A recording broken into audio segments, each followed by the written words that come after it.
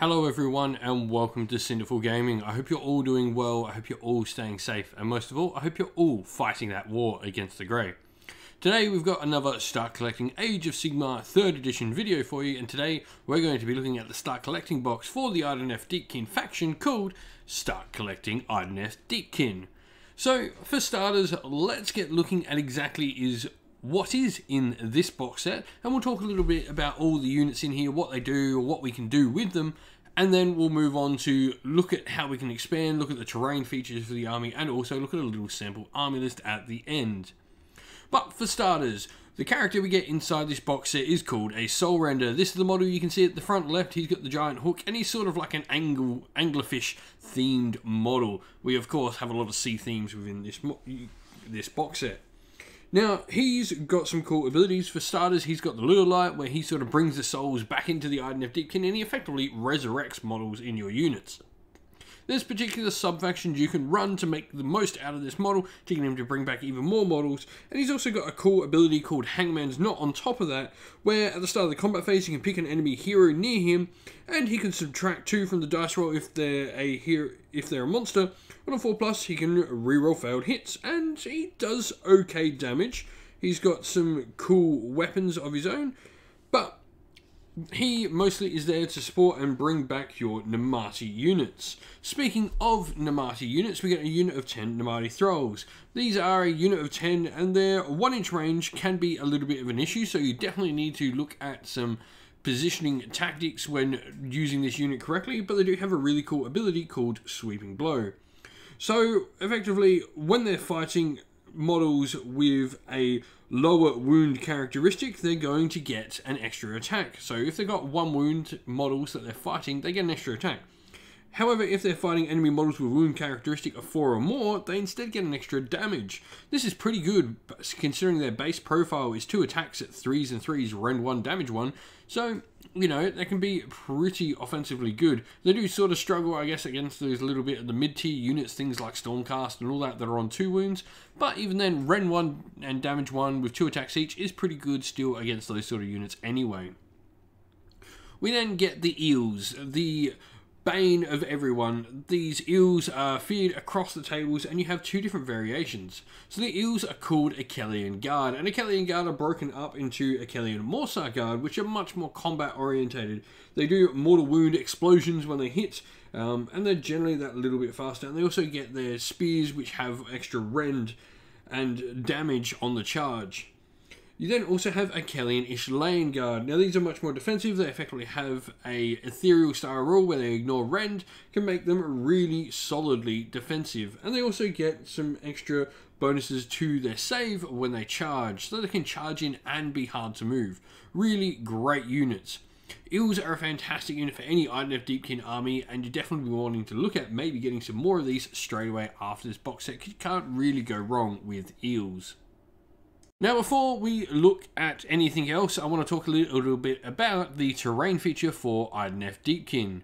All the armies in Warhammer Age of Sigmar, or at least some of them, have terrain features, and the Idoneth Deepkin are one such army with an Etheric Vortex Gloom-type Shipwreck model. Now, the abilities for this is, first of all, you can see here that it's effectively 2 pieces. Those 2 rocks split up into 2 separate halves of this underwater ruined sunken ship. And they can either be set up as 1 large piece, as you see picture here, or set up as 2 smaller pieces on the table. They do have the defensible terrain features, so the smaller pieces each have a garrison of up to 5 models, and the larger one, of course, has 10, adding the 2 5s together.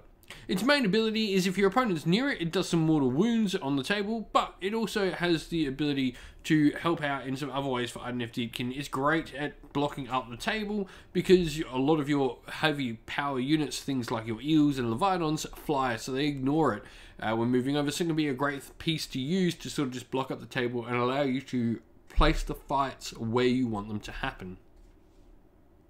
But where do we go to next? Well, for starters, I want to talk about Namati Reavers. We've obviously got the Soul Render inside the original box set, and he benefits bringing back Namati models, so why not check out our other Namati unit, the Namati Reavers.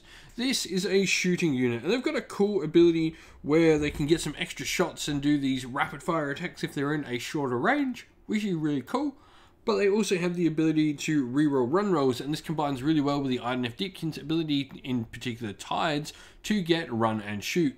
So this unit can put out a nice amount of firepower, albeit not the greatest shots in the world, but, you know, weight of fire can do its damage. Namadi Reavers are a great choice of just having that little bit of splash damage for your army.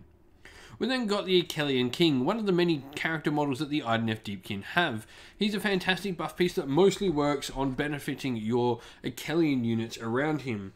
So he gives out some benefits to Achilleans around him, and he's also not too bad a slouch in combat as well.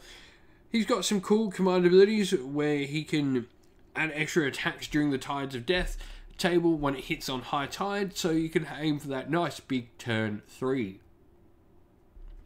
The next model is the Eidolon of Mathland, probably the most stunning model in the entire range of Idoneth Deepkin. The Eidolons of Mathland have a bunch of different abilities that really can be quite versatile and useful across many different games and in many situations. For starters, you have two variations of this. You have the Eidolon of Mathland Aspect of the Storm, which is a combat-orientated version, which effectively retreats and charges and heals when he charges. So he's got a nice little combo just going in off his War Scroll there.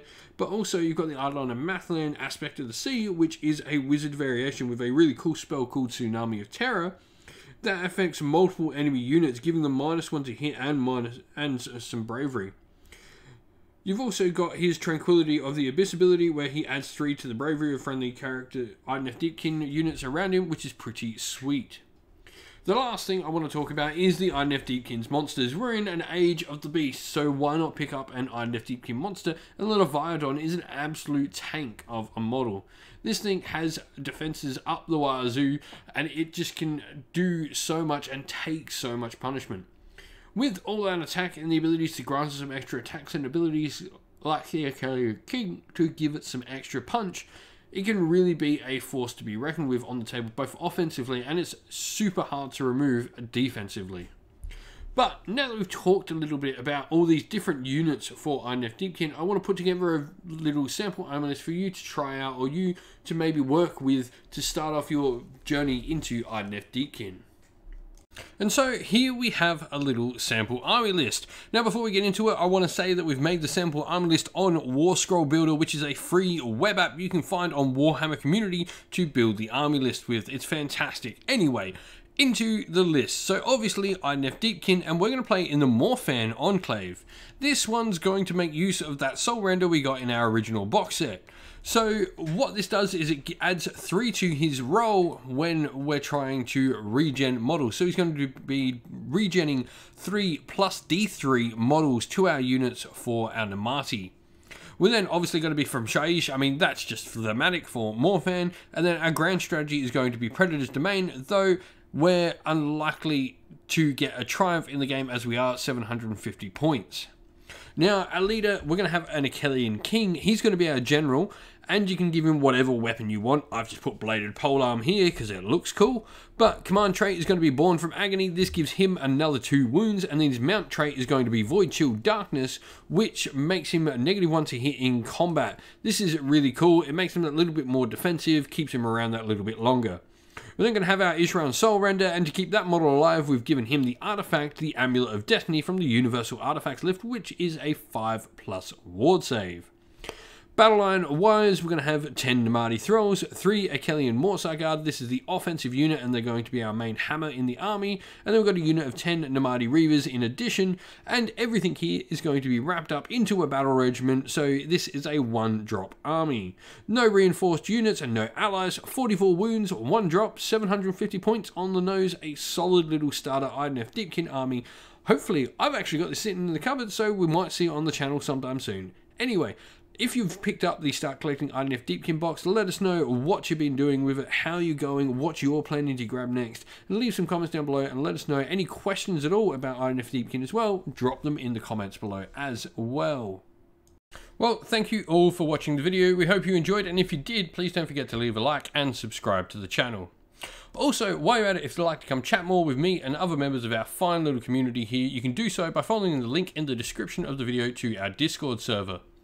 And if you'd like to help support the channel in another way, you can do so either on Patreon or YouTube members, both of which are linked in the description of the video, as is a link to our Teespring store where you can purchase some merch to help support the channel as well. We'd like to give a shout out to everyone who does help support the channel via Patreon and YouTube members. So a special thanks to all our patrons: Christian Weir, James Soren, Chaos Spawn, AJC, Kenny Lyle, Outer and Shot First, James Crowder, Andrew Bowen, Nathan Fee, Tim Newman, The Rising Ape, Cure Dynamic, Agu, Anthony B, MJ, and Dynet226. And thank you again to all our YouTube members: Green Roots Gaming, Kenton Young, Steve T, The Real Zeop, Chris Wallace, Turai12, Vinny, Lock Lorick, Matt Mollim, Becca Kinski Groupie, and the Johnny84. I'd also like to give a special shout out to Lady Witchfox Art, who does all the fantastic art for the channel, and to Xmorphic, who does a fantastic job at helping run and do all the background work for our Discord server. Once again, everyone, thank you all for watching. Stay safe, stay well, and most of all, keep fighting that war against the Grey. Ciao for now.